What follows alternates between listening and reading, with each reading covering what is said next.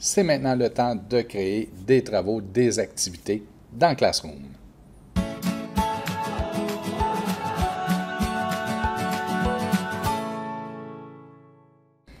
Vous avez votre modèle, vous avez votre copie.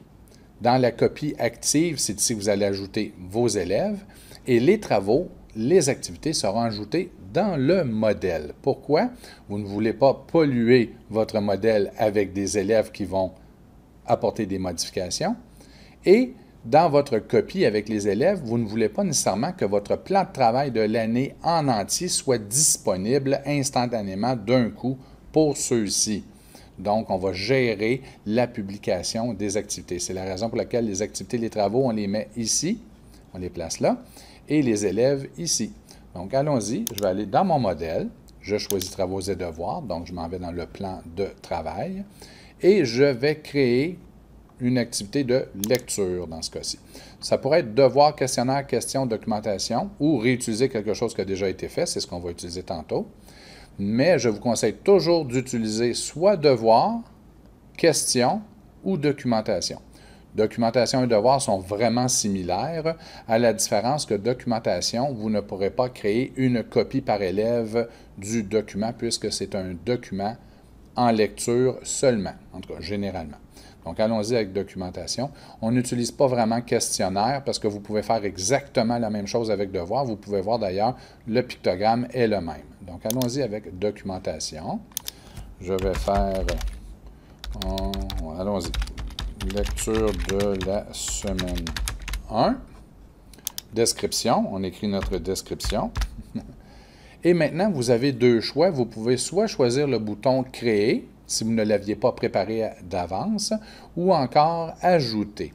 Je vous conseille toujours d'utiliser le bouton « Ajouter » au lieu de « Créer », car si vous créez, ça fonctionne, mais il va créer un document et l'enregistrer dans le dossier de Classroom et de ce groupe-là en particulier. Et il est possible que dans 2, 3, 4 ou 5 ans, si vous désirez essayer d'aller rechercher le travail, que vous ayez la difficulté à retrouver dans quel Classroom vous aviez créé le fameux document en question. Moi, ce que je préfère faire, c'est tout simplement de me créer un dossier. Par exemple, si je l'ai appelé Classroom originaux, mais vous pourriez l'appeler par le nom de votre cours. Je crée ici mes documents que je peux structurer avec des sous-dossiers. Donc, j'ai créé ici un document qui s'appelait « Test ». Et ce que je vais faire, au lieu d'utiliser le bouton « Créer », je vais ajouter à partir de Google Drive et dans « Récent », puisque je viens de le créer, je vais choisir « Test », mais je pourrais quand même aller dans mon Drive et choisir le document que je désire ajouter. Mais allons-y dans « Récent », c'est beaucoup plus rapide. Je l'ai fait à l'avance. Donc, j'ai le titre de mon activité, la description, donc les consignes.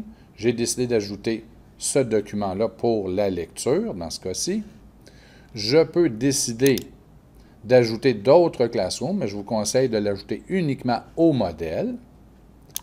Est-ce que vous désirez que tous les élèves y aient accès? Bien, il n'y a pas d'élèves dans Classroom, donc ça règle le cas.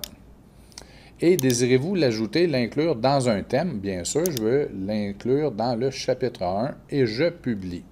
Je pourrais cliquer ici, décider de programmer pour plus tard, mais puisque c'est le modèle, il n'y a pas vraiment d'importance. Ce n'est pas vraiment important de programmer, ou vous pourriez enregistrer le brouillon si jamais vous n'avez pas complété votre description, ou vous désirez ajouter d'autres fichiers. Là, maintenant, je publie.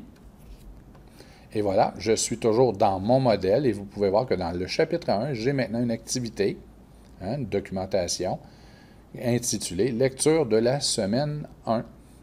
Si je me dirige maintenant dans ma copie active pour l'année en cours, on a ici notre titre de cours, le groupe 31 pour l'année 2020.